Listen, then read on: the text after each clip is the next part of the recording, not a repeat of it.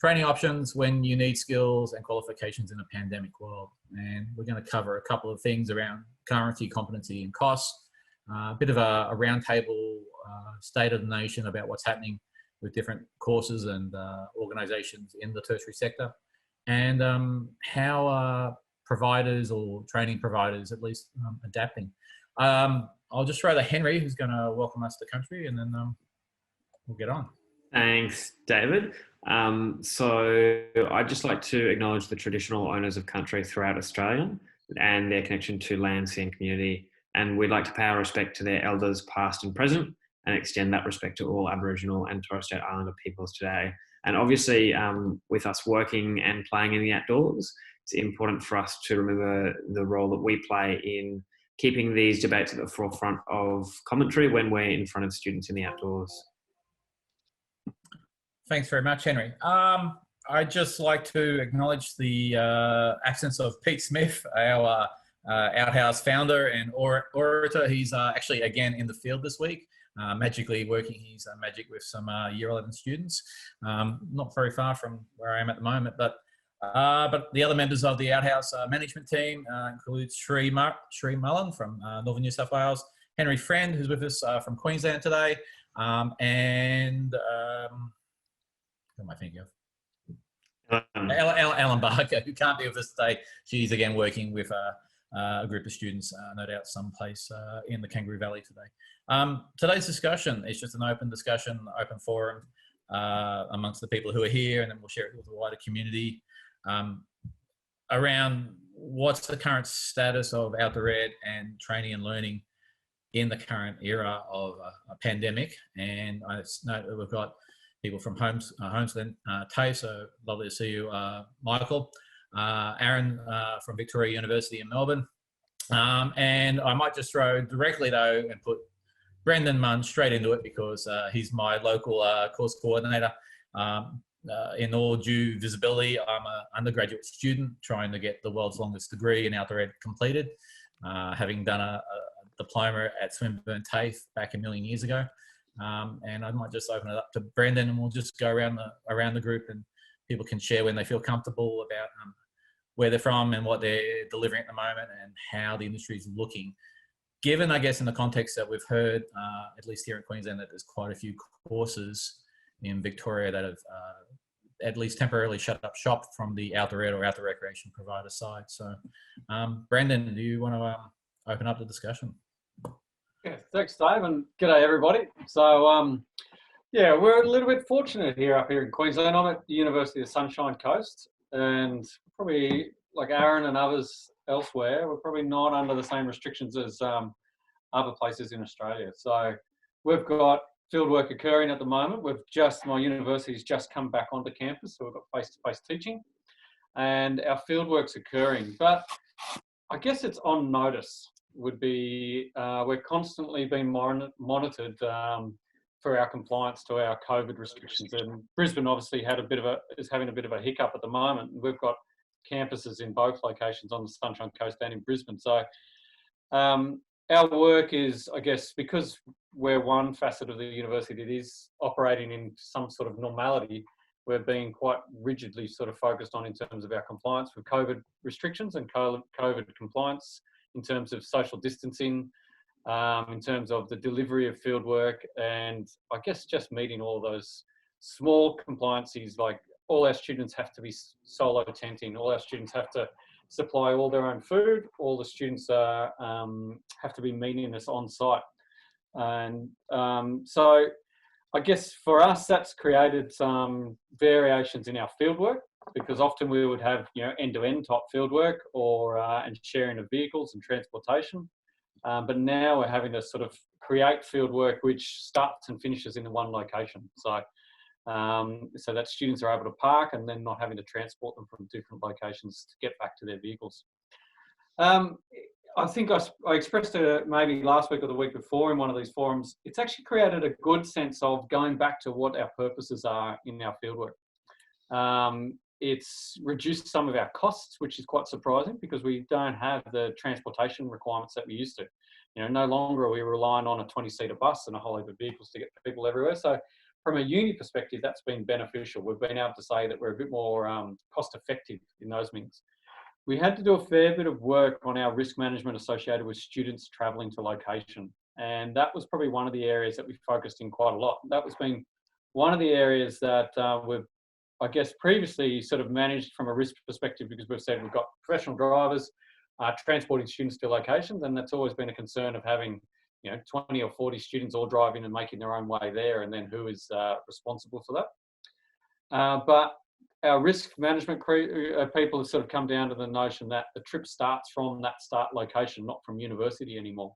And that is written into all our documentation, and that covers us so that the student is compliant with the uni in the sense that they're on their way to uni, so they would be covered, but they're not, it's a different level of risk compared to us transporting them. So I hope that makes sense or of some sense to people.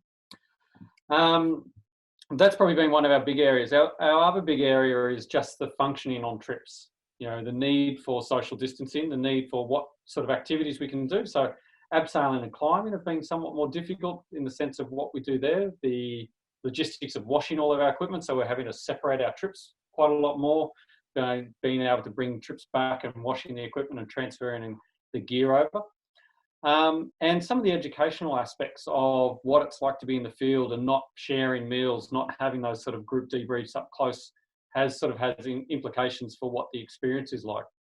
And we're probably not that far enough into it to really gauge how that's changing the students' sort of perception of it. What is noticeable, and because of the requirement of having students to transport themselves to locations, has been a beneficial aspect of an increased time in activity. So students are actually more engaged because they're meeting us at the location at 7 or 8 o'clock in the morning. They're not having to come to campus. They're not having to be transported somewhere. They're actually meeting us at the start point, and we're instantaneously but we've done all the work in the background, so there's bigger pressure on us as staff. We've got all the gear there and all that sort of stuff. But the students are automatically, from the moment we meet them, they're doing something connected to the actual trip and the experience and the educational aspects. And that runs all the way through to the other end of the trip. Instead of having to sort of break off and say, well, we've got a 3-hour drive home, it's now, let's get all the way back to wherever the car park is, and then a bit of a tidy up, as much wash up as we can do there, and then you're on the way. So time and activity has increased, and I think we'll see some benefits from that in terms of the students' engagement, and not that rush to let's get home and do the sort of pack up and clean up. Other aspects that we're sort of quite concerned with is how we manage students that are going to miss trips and make up trips, because from a university's perspective, our budgets are quite constrained. We no longer have international students to the same degree that sort of cross-funded some of our activities. And the university or the Australian government is also changing the funding criteria for some of our courses. That's still to play out. And that may have implications with the increase in terms of, I guess, support needed to manage some of the logistics of fieldwork, that we may come under pressure in terms of the numbers of trips that we can provide and the duration of those trips. But it's still a sort of a ball in the court. We're not too sure what's going to come of that yet. The other side of it is the actual educational framework that the students are experiencing. Our students are often, as you would all probably know, more hands-on, and they don't handle the online work as well.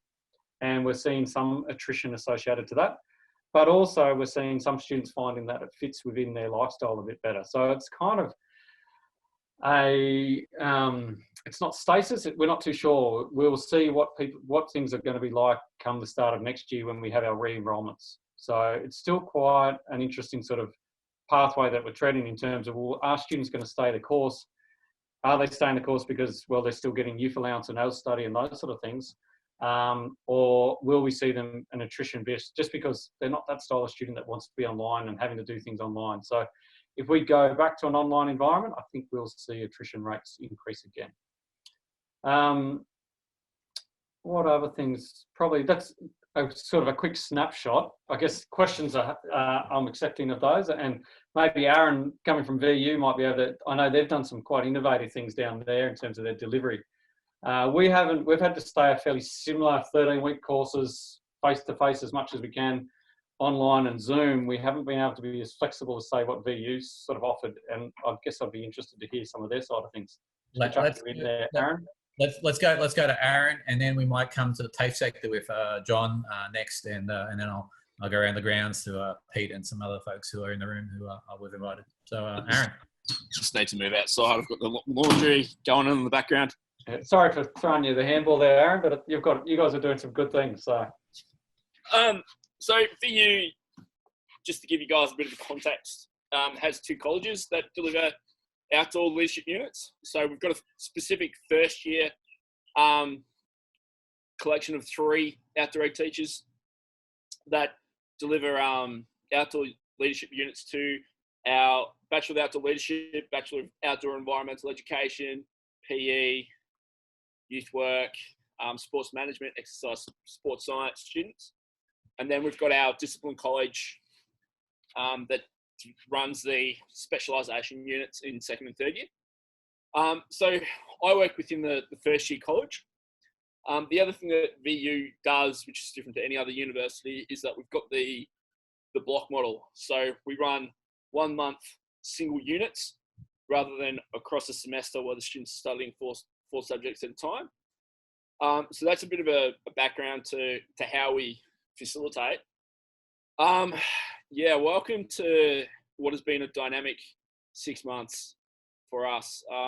Every couple of weeks, the goalposts have moved with changes, restrictions coming in as the government responds to the Covid-19 situation. And it has been a lot of work, a lot of rewriting, a lot of development that's going on in the background for us to keep our units running and to be able to get in the field where we can. The advantage of the block model is that when we do have these higher restrictions, we just kind of delay when we're going back out in the field.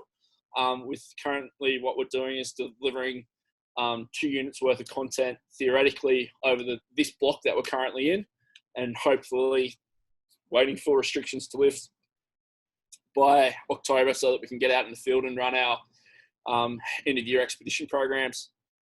In terms of some of the work that we've done, obviously it started with our risk management process, which we reviewed in when the restrictions first came in place. We were quite preemptive to make sure that we would have a risk management framework that we could give to the university risk management team rather than them coming to us. So kind of looking at the perspective of we'll create a solution and hopefully that will be approved. So some of the stuff that we did is have students self-draft a program, stay in their own tents, individually cooking, providing their own food, very similar to what USC has done. Outside of that, we've looked at our course design as well to really analyse where we needed the field trips and which units we could run by remote delivery. So we've gotten to a point now where we're doing all our theoretical work with remote delivery and just running our practicals when we can. And we've developed one of our units to be run completely online with some innovative assessments based on the Great Aussie Campout, which Mark Squires and John Courtney proposed over the Easter period, which we've picked up on and been running with as one of our practical assessments, where students camp in their backyard and they do a reflective piece on it. So it's been hard in terms of student numbers. We've actually seen an uptake across the last this year in terms of the number of students who are involved in our degree. This is mainly to do with Nat Cox and Dave Marsden's fairly innovative marketing to people who have come out of Cert 4s and diplomas to be able to enter straight into their second and third year of our Bachelor of Outdoor Leadership degree, which has seen, I think, about a 60% increase in student numbers, which is pretty exciting. So that's kind of the picture here.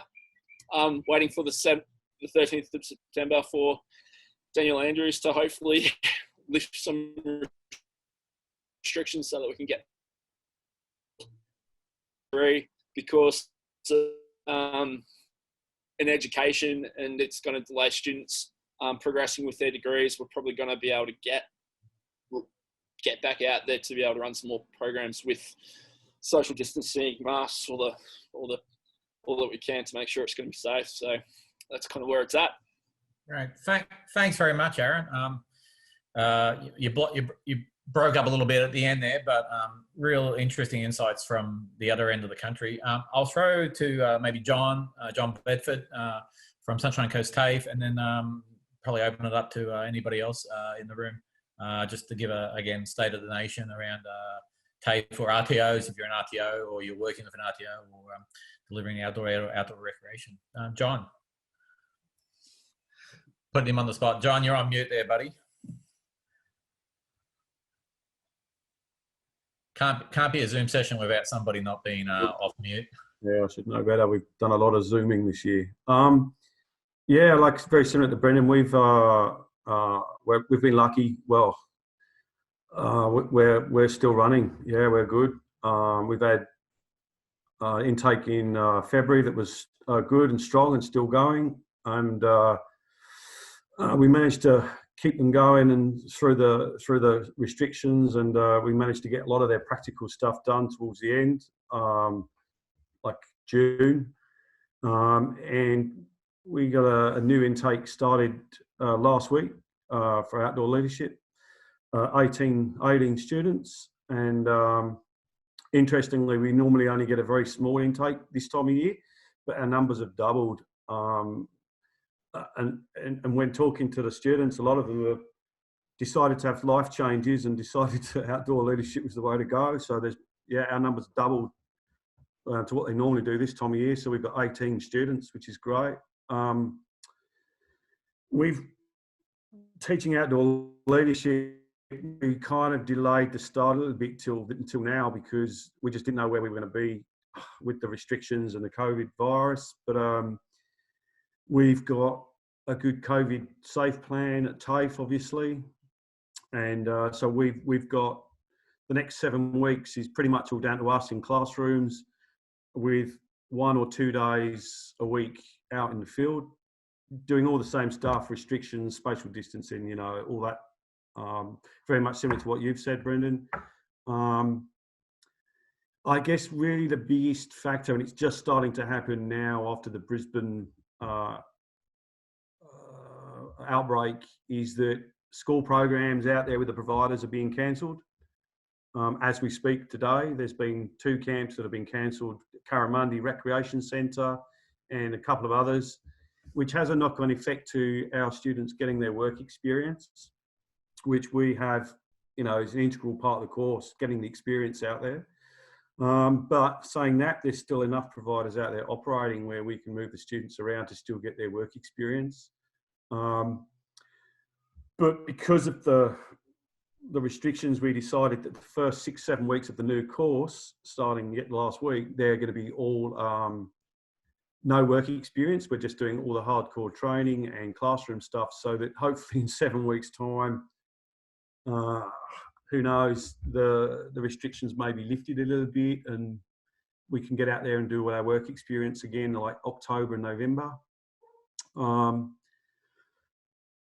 But yeah, we've had it feels like we haven't stopped, which is really good, I guess. So we've been under the pump, which is really good.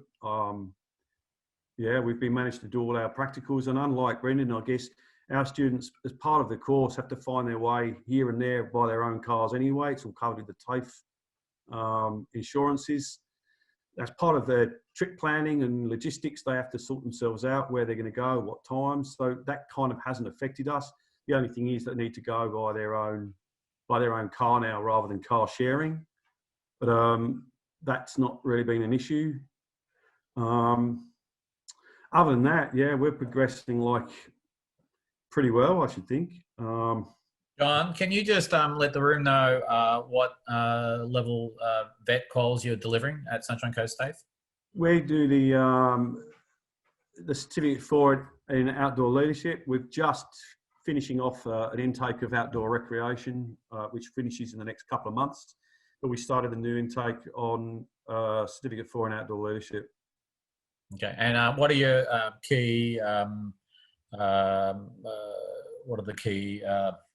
Say the skills that they're bringing out of that in terms of the course. The ropes course, bushwalking, canoeing. Yeah. Interesting. Like, obviously, we're still doing it's what the industry needs. Like, in terms of the providers, that a lot of them, they want bushwalking, and they want canoeing, and they want ropes, high ropes, low ropes. So they're like the main activity electives that we still deliver. But obviously, with the outdoor leadership, we're changing around a little bit the facilitation and the leading adventure-based learning, up in the ante a little bit on the leadership skills that are required, really. Hence the name of the course. They're the main focuses of the electives. Thanks very much, John. We might throw to the other end since we've got Michael Wallace from Holmesglen TAFE. Again, another Paul Victorian, I believe, maybe in lockdown at the moment. Hi, Wally. Hey, how are you all? I'll just echo everybody, what everybody else has said. We are really, really hurting down here. So after the bushfires, our intake was hit pretty hard from that. However, we're lucky to get most of our term one field trips away. So we were able to do at least 4 weeks in term one. And then we had the term two shutdown, which I never thought that I'll be an online teacher at a TAFE. I can't even find the escape key half the time. So it's been an interesting learning curve for both the students and the teaching staff. But to our students' credit, they stuck through it throughout all of term two, and we were able to deliver the entire year's worth of theory in term two. So, and that was allowing us to set up for the back half of the year where it will just be non-stop practical. We deliver over 110 field days a year. So trying to jam pretty much a semester and a half field trips into one semester was always going to be a challenge. With the new lockdown here, we've had to redesign the course again to have a full-on term four. So again, that's going to pose massive challenges to the point where we might not even be able to get people trained up and qualified in term four. We do have the ability to teach into 2021 to finish off training if need be, but that brings it on a whole bunch of new issues with the government's how many courses you can deliver or be you can have in a year. So 2 course rules. So at the moment at Holmesglen, we run a certificate for in outdoor recreation and a certificate for in tour guiding. So a dual qualification. So that's the 2 courses already. So we've had a couple of students early on in the lockdown wanting to pull out to go and do another course at TAFE, but they wouldn't be eligible for the concession. So it'd be a full fees, which is pretty expensive. You know, we're talking $15,000 to $20,000 to do a certificate for. So you can imagine they turned around pretty quick and came back, and they're still sticking it out to their credit. So we've got a plan in place to have a big term 4. If the restrictions don't ease, we've got a plan B, which is to modify the program and just get them the basics of bushwalking and canoe and a low ropes skill set. Ideally, we can get them the rock climb, abseil, canoe, low ropes, whatever else we do. But then it might get to a point where we just have to can the course for the year and take a hit and look at 2021. So that's where we're playing at the moment. But the other thing we're really looking at now is the new 2021 outdoor leadership program is to drop the certificate for in outdoor leadership altogether and have a direct entry diploma, which will try and focus on people who have a certificate 3 or a certificate 4 or a lot of industry or outdoor experience, so they can go straight into the diploma of outdoor leadership, and they can utilise the vet fee help or the student loan like HEX fees. So that will ease the pressure on the financial side of things for any prospective student, which I think for Victorians, you know, there's not a lot of money going around at the moment, so that might be an avenue for people to take. Thanks very much, Wally. I really appreciate you sharing, especially in a tight situation there in Victoria at the moment. We're all feeling for you guys down south. I might just open out to the room, and since we're sort of transition, if there's any other RTOs or anyone else who's doing vet or other training who'd like to speak up and sort of put what you're doing in front of the group, that'd be great. But maybe we could jump also into what are the pathways, because even just this week as we were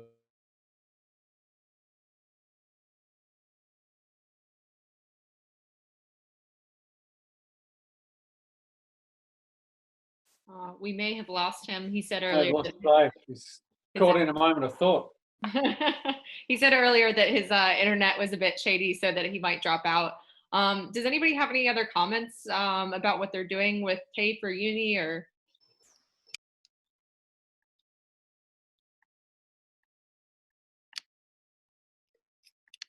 Sure, I might go out on a limb here, but I think Dave was probably going to jump onto our question about currency, competency, and the third C, which hopefully you can remind me of now. Currency, competency, and cost.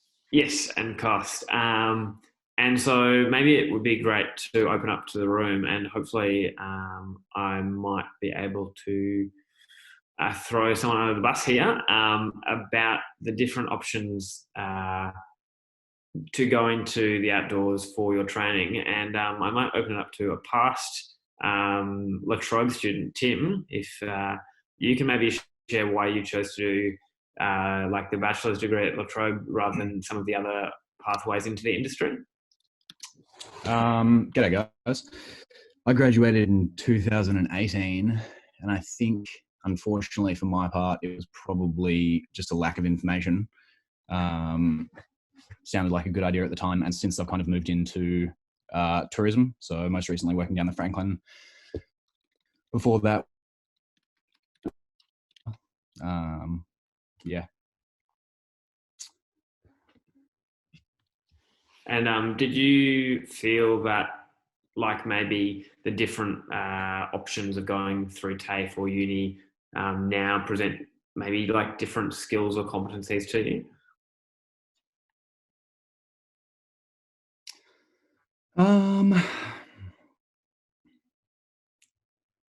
It's super complicated at the moment just because tourism's shut down. So yeah, I don't know. Like, I guess I'd have to move into education to be able to answer that.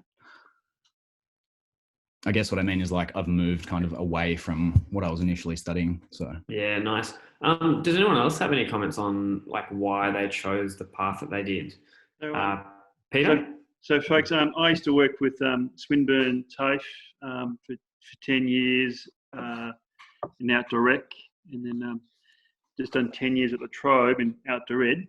And I think both streams are really valuable depending on you as a person, as your career, the kind of how you like to study, whether you want to be working. Look, I just think both of them have really legitimate pathways, and both should continue to be highly regarded because they just suit different outcomes for different people. That's my take on it after reflecting on it for 20 years. I'll just jump in there if that's all right. We've noticed a massive shift between for our prospective students and our intake. 10 years ago, we used to have 18-year-old, 19-year-olds who come from high school straight into the TAFE sector because if they realised they couldn't get the ATAR score that they wanted to go into university. Over the last 10 years, we've seen a dramatic shift from that to then having mature age students who might have gone to uni for 1 or 2 years because for whatever reason, a university might have dropped their ATAR score lower to allow people into the courses. They realised that this is really quite hard, this academia stuff, and they've come back into the TAFE vocational training sector. So our average TAFE student now is probably 23 to 25 years of age, which is from speaking to industry partners, a lot of industry folks really want those people with life experience to be able to really facilitate and guide safely. So I noticed a question by Laurie about, is there an unclear career path going into our industry? I believe absolutely. Like, I don't know many course counsellors at or career counsellors at high schools actually know anything about our industry. A lot of our clientele down in Victoria private schools, a kid from Xavier College, why would a career counsellor push them towards, outdoor education, whereas they could go to uni and do, law or whatever. So it's a massive issue. It's been an issue for quite a long time. I think I'm going to look at Cherie's comment. So you're looking at two different pathways here to get into your outdoor leadership career.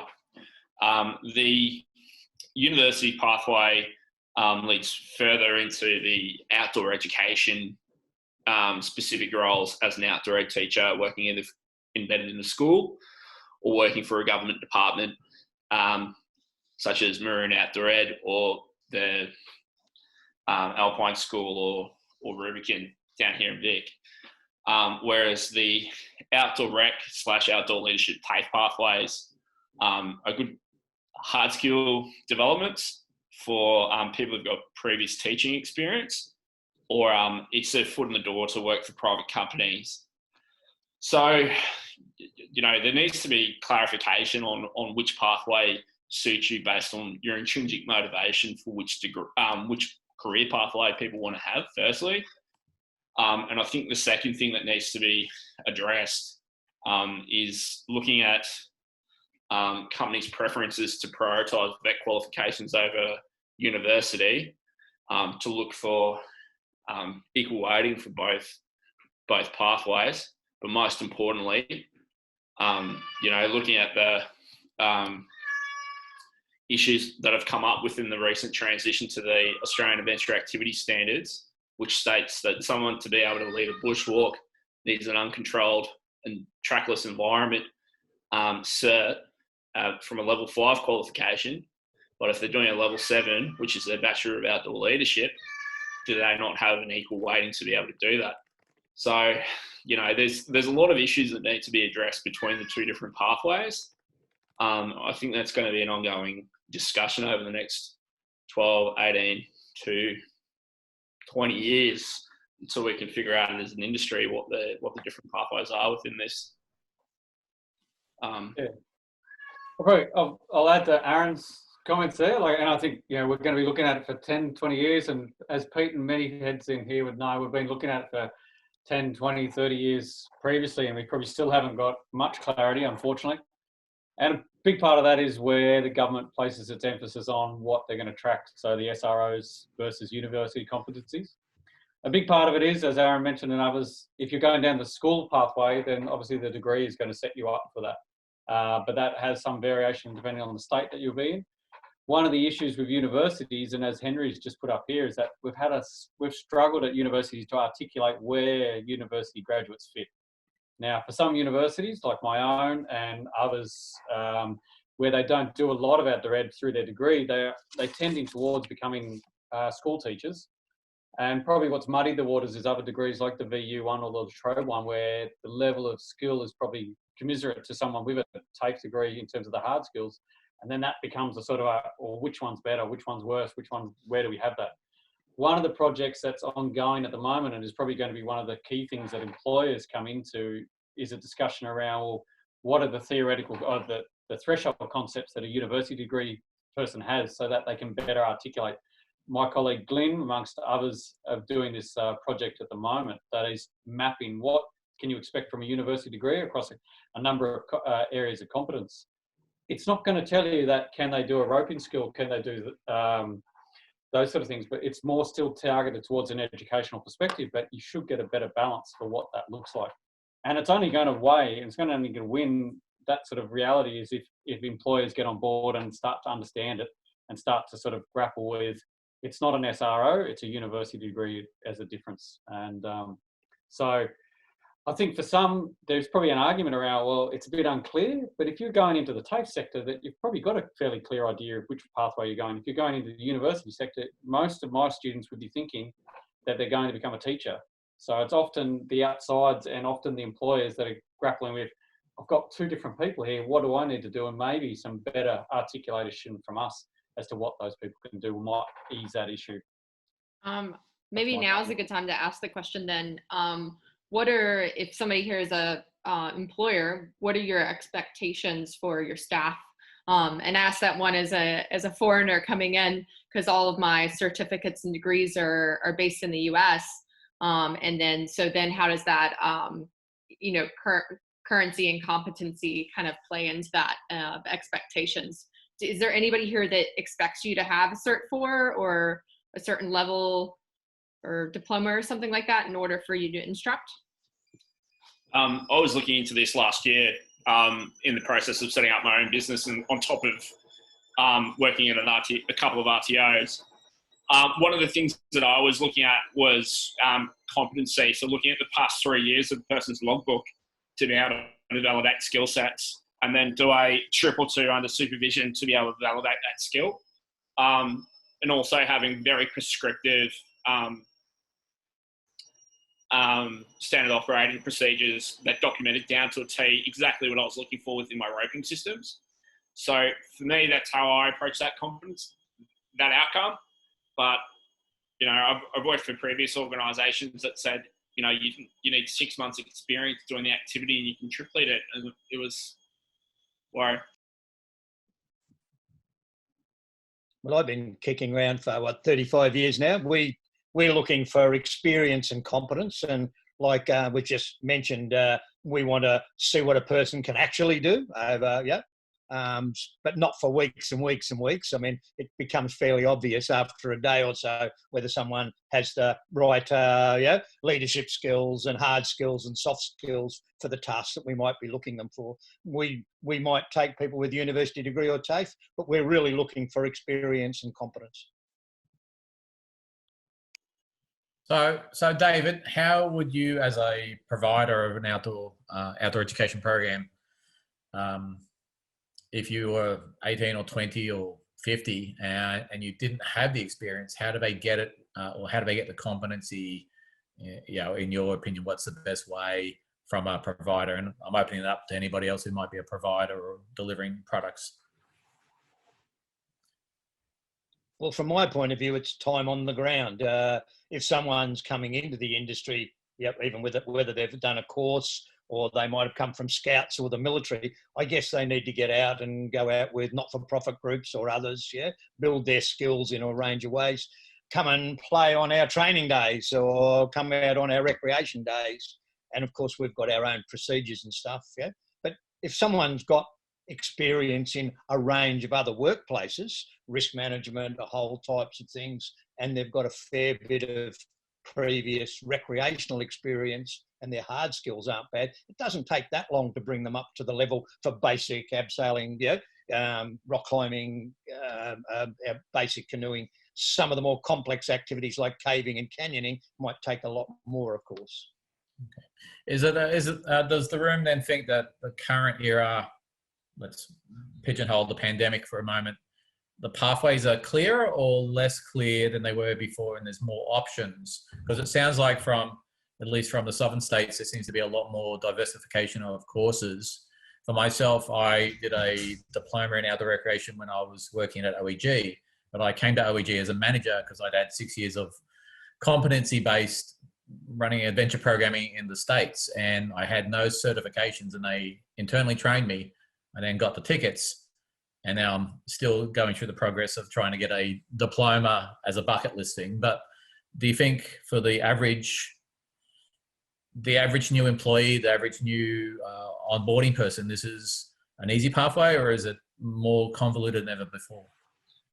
I think the amount of variety that's out there in the industry at the moment makes it quite a convoluted pathway to be able to get into it. Looking at my own journey, I did a Bachelor of Health, Sport and Physical Education at UQ before I went back and did all the hard skills to meet the EQ CARAs to be able to run outdoor programs at the schools I was working at before I went on to the Cert 4 and then diploma of outdoor rec. So, you know, like the frameworks there are different across every state. And, you know, at least the AAS is giving a bit more guidelines nationally, but it's a difficult place. Is the Brendan, is the concept of threshold concept and the deliverables that university degrees can say and not so much certify but express to future employees like David's organisation or Paul's organisation that undergraduates are now bringing with them? Is that a better process than it was, say, 5 years ago? Because there used to be a big disconnect. At least, I don't know if it was a disconnect that was organic or was just in my mind, that TAFE students had the hard skills, but university students could go out and identify trees and plants and could talk about facilitation stuff. But if you're a raft guide, maybe you couldn't do that because you only knew how to, paddle upside down through a class 5. Yeah, I guess you've got to look at the Australian qualifications framework. They all sit on different levels. Undergraduate's 7, a diploma's 4 or 5. You know, so they're going to teach different things, and they're going to have time to teach different things over a sequential 3 or 4 year course degree, or a 12-month or a 2-year diploma. So that enables certain things to be achieved. And I guess what we get mixed up on is that they do have particularly purposeful differences. There's a reason why you're doing a diploma, and there's a reason why you're doing a Cert 4, and there's a reason. And it's when we get into the workforce that some of those get mixed up, because the employer, OEG or Dave Chitty, decides that I want someone to do this, and what's the specific thing that I need to be done today? And that becomes some of the sort of tension that exists.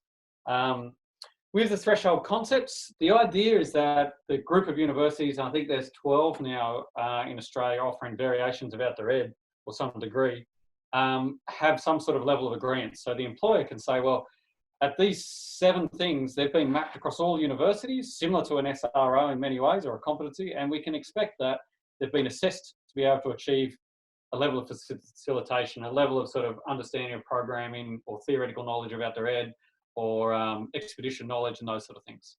So that an employer no longer just goes, well, what does La Trobe do versus what does USC do versus what does VU do? That's all confusing. Now we can at least have this statement that says all the universities agree. This makes it a bit more clear, because I'm often, and Pete would have found this, and probably Aaron might find this at uni, we often get employers ringing up and go, yeah, they've got the piece of paper, what can they do? And then you have to go through a whole conversation, whereas that threshold concepts idea will be, well, this is what they can do, and it's mapped across Australia to everyone to be on the same level.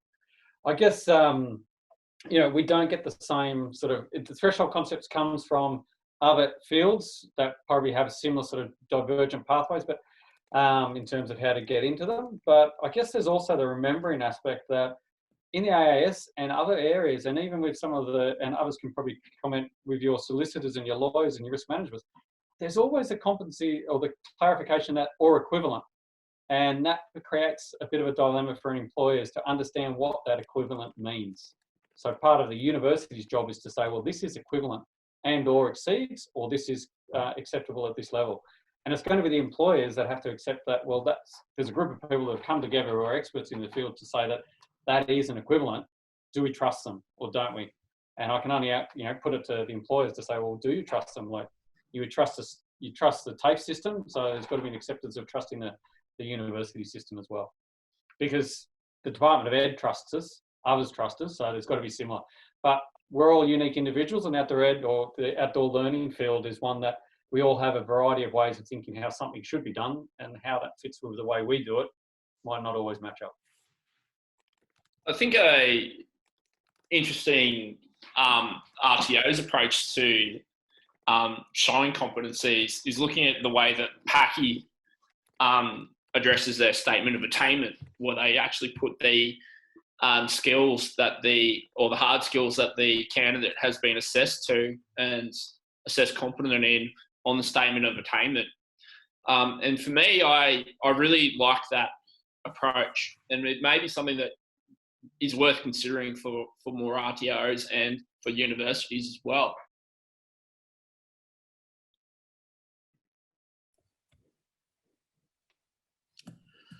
We'll keep moving on. Unless anyone's got other comments on that in regards, and because it's coming up to the just past the top of the hour. I was just going to put it out there again. The first question we had: how was the outdoor ed training sector adapting to the new normal of pandemics? And obviously, we've had a lot of updates from all the various organisations who are in the room. But I was just wondering if anyone had any specific things that they're got comments on that they found as difficult as far as COVID safe plans, or it sounds generally like actually outdoor ed is booming at the moment because people have time in their hands and are looking to definitely get into the outdoors as an alternative pathway. But Brendan? I just think probably one of the things that's come out of it has been larger organisations' recognition of the risk management that outdoor ed does, and that has actually been something that's led the field in many areas. You know, I think Aaron mentioned it, but our university adapted and adopted what we put forward, and it's sort of become the compliance across the university. And I think that's a reminder of what the field can offer. We do have a knowledge and a response and capability of managing those things. So that's been a pretty positive sort of, you guys actually do some stuff that we can all utilise. So I think there's growth in that area, but I also think that there's probably a growth in health and wellbeing that we still haven't tapped into in outdoor ed that enable, like if we think about the pandemic, what's everyone's desire is to get outside and do something. And I think there's an avenue there for education and that we can probably sort of facilitate to a greater length or leverage to our benefit. Hey? I reckon there will be quite a demand. I'm tempted to use the word explosion of demand for people wanting to do outdoor rec. And I use that word specifically rather than outdoor ed, because I think people, being particularly, I suppose, from a Victorian perspective, because that's where I live, is that, people are wanting to get outdoors, but they can't. And I think people with companies running provision for adventure tourism will have quite a good year when we all open up again in 2021, I would suspect. Yeah, completely agree. We might bring the conversation to a natural conclusion there. I was going to throw to Laurie, who, and I've been in and out of the meeting because of my dodgy connection, a letter addressing, I'm going to throw to Laurie and let you explain what you wanted to talk about, Laurie. But I'm happy for people to hang out, and we're just going to pivot. But thanks very much for those who have jumped in today to talk about the tertiary sector. I think it's an ongoing conversation we can continue to have, definitely between all the respective tertiary organisations. And I know my journey's been interesting and continues to be interesting. But Laurie, let's talk more recent stuff about COVID if we can. Yeah, thanks, David. And can I just say, obviously, from the tertiary to the secondary is chalk and cheese right now. So the reason why Outdoors New South Wales and ACT put out an open letter a week and a half ago now is because there was this little cluster called Tangara in Sydney, and it went on to media, and our Berejiklian Premier decided that she was going to say that anything that was extracurricular should be off the table during COVID. So we had to go into panic mode and start getting some facts on the table. So if you haven't seen it, please go to our Facebook page. I'm pleased to say that right now there's been 74,556 engagements on it, which I consider a huge success. But my problem is that the media aren't picking it up yet. But in saying that, I just took a call. If you saw me on the phone, apologies, it was media. So they are interested in running it. But basically the open letter, if you haven't read it, and apologies, it is long, but it just articulates the benefit of the sector. It articulates the health and wellbeing side, as well as skill development, all of that, and saying, more importantly, not the fact that it, get people outside, but come on, let's be real about comparison to other sectors that can still operate. So as it says, the actual title is No Outdoor Education for Our Kids, but they can go to pubs and clubs. So it's actually trying to balance it up against sectors and say, well, if there's anywhere safe for our kids right now, it's in their camps, it's outdoors, it's building skills, building resilience. And thanks, Sheree. And yeah, that's really where they should be. So we've gone in with partnership with ACA and Christian venues to try to make a song and dance about this. And as I say, I'm really pleased at the traction that it's getting right now, but please share it. The more people that see this, the more ability I have to get it into some mainstream press, because we need to be taken seriously as a sector. And thanks for answering my questions, because as you probably gathered, I'm working on a few different areas. So your intel for me is just a great market research tool. So thank you very much. And any questions, fire away. Laura, you posted a really good idea in the chat a bit earlier about adding in business development and entrepreneurship to outdoor education certs, which is a really interesting comment. And I was wondering whether maybe any of the providers of the cert for or diploma, or even the university providers, might be able to speak to that, or whether that's been something that has been thought about in the past, or whether that is something that might be thought about in the future. We played with that OEG Swinburne. We played with that idea back in 205 to 210, and unlike, it didn't work really well because the students weren't at that stage of thinking about operating a business. And if they thought they wanted to run a business, most of our students, unlike Wally's experience with Holmes Glen, our students were mostly quite straight out of school. We offered it at the diploma level, and it just didn't really quite match.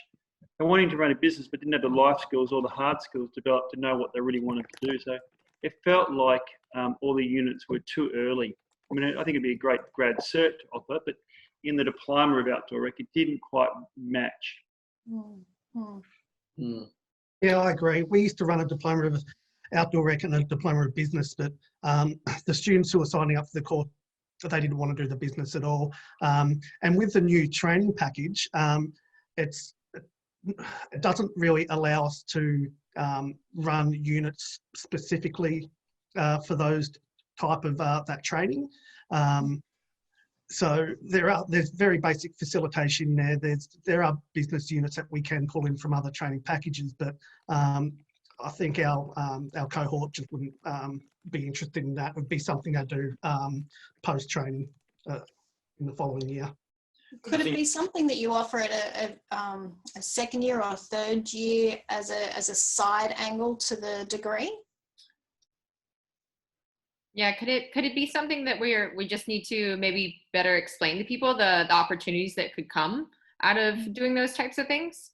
Why don't they just do a grad cert at uni in business management and just do it specifically about business? I mean, after their degree.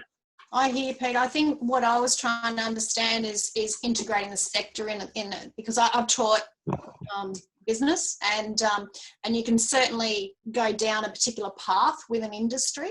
And I think if we could develop something that was really focused on the outdoor, I think we could come up with a winner. But yeah, that's why I'm happy to hear from you, because I want to understand the challenges before we run into them. I think you're right, Laurie, but I think it would have to come, like most of the people coming straight out of uni or straight out of TAFE want to just be going and doing it. And there's still that headspace, as I think Tim sort of mentioned, they're in that headspace. They're not thinking about doing accounts or marketing and that sort of stuff. It's only once they've done it for 4 or 5 years and they think, I've got to find my next level. Or Dave Chitty says to me, Brendan, I need an office manager. What do you like on the numbers? And then suddenly, but having a tailored one, if you could go to Lithgow TAFE or one of the other TAFEs and say, how about we set up a tailored one and make it nationwide, and you can do this grad cert, that's probably a good pathway. But aiming at 25, once you're hitting 25 or 30 or whenever you've done a few more years, get a few more nights under canvas first, and then suddenly I want to be doing Dave Chitty's books because he's earning millions of dollars. Tim, did you have a comment? On that, like coming straight out of uni, I went straight into a role that turned out to be management that I knew pretty much nothing about. So some level of integration with business skills, like if I hadn't done business management in high school, I definitely would have struggled with that. My question previously was, has anybody struggled with getting recertified during this period? Because I know that I had my first aid booked in May, and I'm sort of struggling to, apply for jobs even. I'm like, why would I apply for a job if I'm not covered? So if anyone's got any comments, I guess. I'll just jump in there and just talk about my experience with USC's degree, because I got sort of RPL, thankfully, the Brendan and Glenn's acknowledgement of my experience in the industry, passed all the outdoor ed, and it's a 3-year degree as a straight outdoor rec and environmental studies, and it gave me 8 electives, which actually has boggled my mind for most of the last 2 or 3 years to find things that would actually engage me, but I'm not your typical uni student, obviously, being who I am in my age. But it has actually led me to do sort of subjects in social, in photography, in script writing, in social media. So definitely diversifying my experiences doesn't lead me into a management position, but again, I've already had those. To answer Tim's question, we have addressed this previously in other videos, but I'm happy to open it up for the room again. As we're wrapping up, we might, actually we'll answer the question maybe straight away now, or after. Let's do it after the meeting. If you hang out, Tim, we can chat about it formally. If there's no other comments, I might just wrap it up and just say that I appreciate everyone's time today, as it's 14 past 5, and we're coming to the end of our recorded session. Hang out if you want to have a chat in the Outhaus afterwards and answer Tim's question directly about qualifications.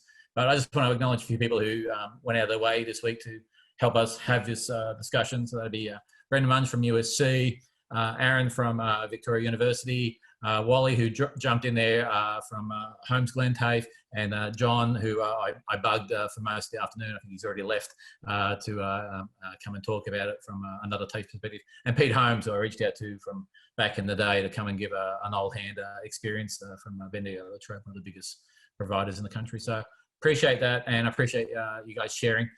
Probably it looks like the industry is actually still moving forward, even though certain courses have suspended or have stopped. But it definitely looks like there's still a little bit of confusion, still a little bit of work maybe for Outdoors New South Wales and other national providers to be able to guide our next generation of people to replace me, because I'm ready to hang up the boots and the backpack and sit back in a management job. But thanks for everybody for attending today, and we'll stop the recording at this point. And who's got an answer for Tim?